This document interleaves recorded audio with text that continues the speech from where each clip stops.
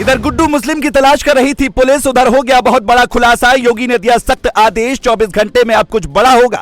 Surrender को नहीं तैयार हुई लेडी डॉन शाइस्ता परवीन। अतीक के बेटों को सता रहा है मौत का डर, रोकर कह रहे हैं मम्मी सरेंडर कर दो।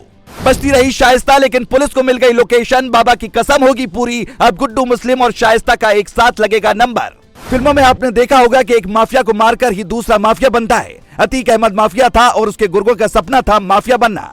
अतीक को रातों रात मौत के घाट उतार दिया गया, जिसके बाद पुलिस पर सवालिया निशान खड़े किए गए। लेकिन अब इस केस में बहुत बड़ा खुलासा हुआ है, जिसके बाद सभी के होश उड़ गए हैं। अतीक अहमद की सुपारी किसने दी और कितने रुपए में दी, सारे राज का पर्दाफाश हो गया है।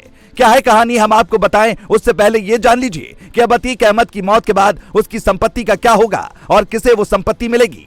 आपको बता दें कि करीब 44 साल तक अतीक अहमद का खौफ प्रयागराज में लोगों में रहा। एक दौर था जब अतीक अहमद के एक फोन कॉल से दिल्ली तक सरकार हिल जाया करती थी। अतीक अहमद ने जराइम की दुनिया से संसद तक का सफर तय किया था। पहले राजनीति को समाज सेवा का जरिया माना जाता था, लेकिन अब कई अपराधी संसद तक पहुंच चुके हैं जो देश के लिए कानून बनाते हैं।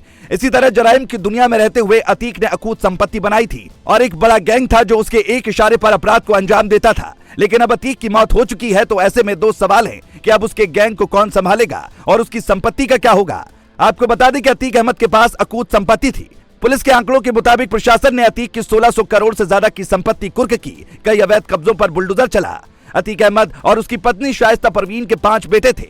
बड़ा बेटा उमर लखनऊ जेल में बंद है, दूसरा बेटा अली प्रयागराज की नैनी जेल में बंद है, तीसरा बेटा असद 13 अप्रैल को झांसी में हुई मुठभेड़ में एसटीएफ के हाथों मारा गया था। अतीक के बाकी 2 बेटे अभी नाबालिग हैं, जो अभी प्रयागराज के राजरूपपुर में एक बाल सुधार गृह में कैद हैं। रिवायत के मुताबिक तो अतीक की विरासत उसके बड़े बेटे उमर को मिलनी चाहिए, लेकिन अतीक ने हमेशा अपने दूसरे नंबर के बेटे अली को आगे बढ़ाया। सियासत में भी लाने की कोशिश की, लेकिन इसके पहले अली मोस्ट वांटेड बना और जेल पहुंच गया। ऐसे में सवाल उठता है कि फिर आगे क्या होगा। तो बता दें कि नंबर आता है शाइस्ता परवीन का, लेकिन वो खुद फरार चल रही है और पुलिस उसकी तलाश में जुटी हुई है। सूत्रों का दावा है कि वो कौशाम्बी और प्रयागराज में ही हो सकती है, इसीलिए पुलिस उसे लगातार गिरफ्तार करने की कोशिश कर रही है। इससे पहले कहा जा रहा था कि शायद शाइस्ता परवीन अपने बेटे और शौहर की मौत के बाद उनके जनाजे में शामिल हो और पुलिस उसे गिरफ्तार कर ले, लेकिन ऐसा नहीं हुआ और उसने सरेंडर नहीं किया।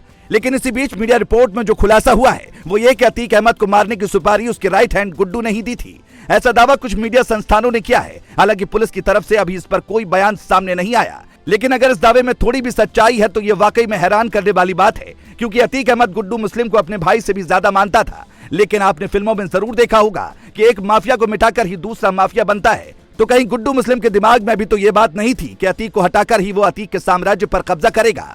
हालांकि अब देखने वाली बात होगी कि कितनी जल्दी बाबा की पुलिस गुड्डू मुस्लिम को गिरफ्तार करती है।